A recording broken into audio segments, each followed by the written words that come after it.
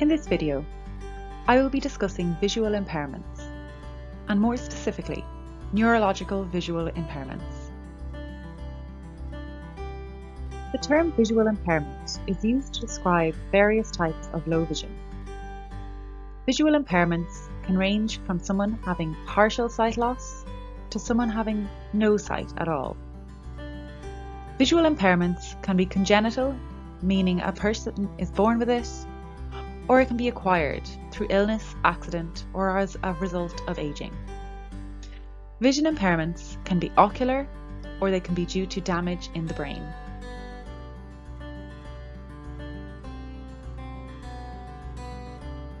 When light travels through the eye, it is converted to electrical signals. These electrical signals travel from the retina, pass through the optic nerve, cross and split at the optic chiasm, through the optic tract, to the lateral geniculate nuclei, or LGN for short. From the LGN, we start to process the visual information. Optic radiations flow to the V1 or primary visual cortex area at the back of the brain, and then onto higher level brain areas. The two streams hypothesis is a model of the neural processing of vision. As visual information exits the occipital lobe at the back of the brain, it follows two main pathways or streams. The ventral stream, also known as the what pathway, leads to the temporal lobes, which are involved with identifying objects and recognition. The dorsal stream, or the where pathway, leads to the parietal lobes, which are involved with the processing of location of objects and speech repetition. Ocular visual impairments are due to the structure of the eye or the optic nerve not functioning properly. The processing within the brain may remain intact. Neurological visual impairments are where the structure of the eyes may be intact, but the brain doesn't process the images properly due to damage of the visual pathway within the brain. Ocular visual impairments can be due to diseases or conditions affecting the eye or the optic nerve.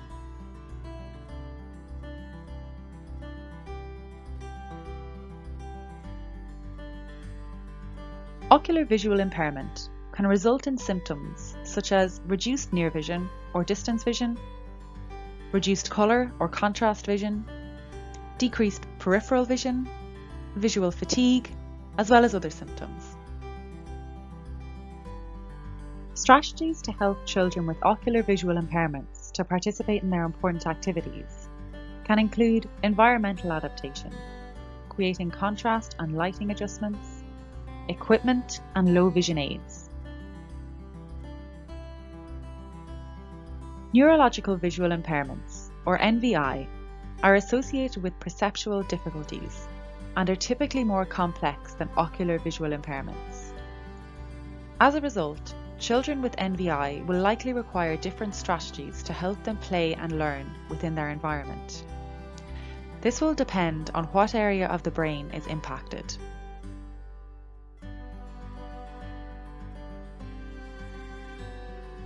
Damage to the visual pathways that results in NVI can be due to a number of reasons, such as brain damage in utero, a stroke, decreased blood supply, decreased oxygen to the brain malformations or infection, increased pressure in the brain or hydrocephalus, seizures, metabolic disease, infection, or head trauma or other neurological disorders. The terminology around neurological visual impairments is in flux at the moment. It is sometimes referred to as NVI, sometimes CVI, sometimes cerebral visual impairment, or cortical visual impairment, or brain-based visual impairment. This can cause some confusion. While all the terms are related to visual processing of the brain, they refer to different areas of the brain.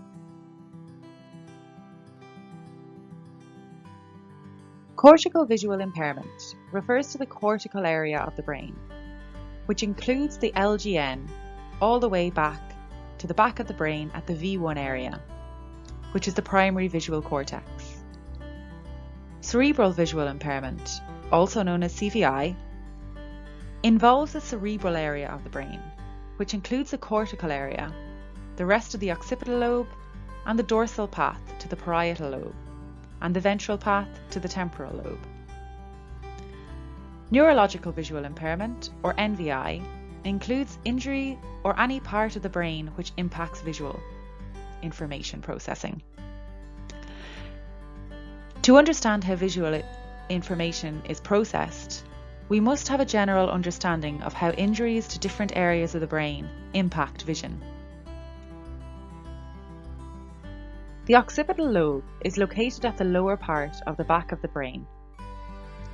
Injury to the primary interior of the occipital lobe can impact on visual clarity or acuity, impact on colour vision and contrast sensitivity, and visual fields.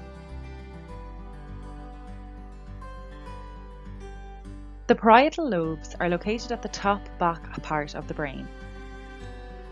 Damage to the back of the parietal lobes will impact on things like visual guidance of arms and hands, legs and feet, or guidance of the body. Damage to the middle of the parietal lobes can impact on route finding. Damage to the front of the parietal lobes can impact on reading texts when there is a lot of text on the screen or the page, finding an object in a patterned background, finding objects in clutter such as a pile of clothes, spotting a distant target, finding a person in a group of people. The temporal lobes are situated on the sides of our brain behind our ears. Damage to the back to mid of the left temporal lobe can involve difficulties with things like naming colours, recognising words, recognising letters, numbers, objects and shapes. Damage to the middle temporal lobe, or the midbrain, can impact on our perception of movement. Damage to anywhere in the right temporal lobe can impact on things like how we find our route in a crowded place, or can cause inability to route find. Damage to the front of the right temporal lobe can impact on how we recognise people, recognise facial expressions, and recognise animals. Damage to the optic chiasm can impact on protective blink reflexes. People with CVI or NVI can experience burnout or CVI meltdowns when they are overstimulated.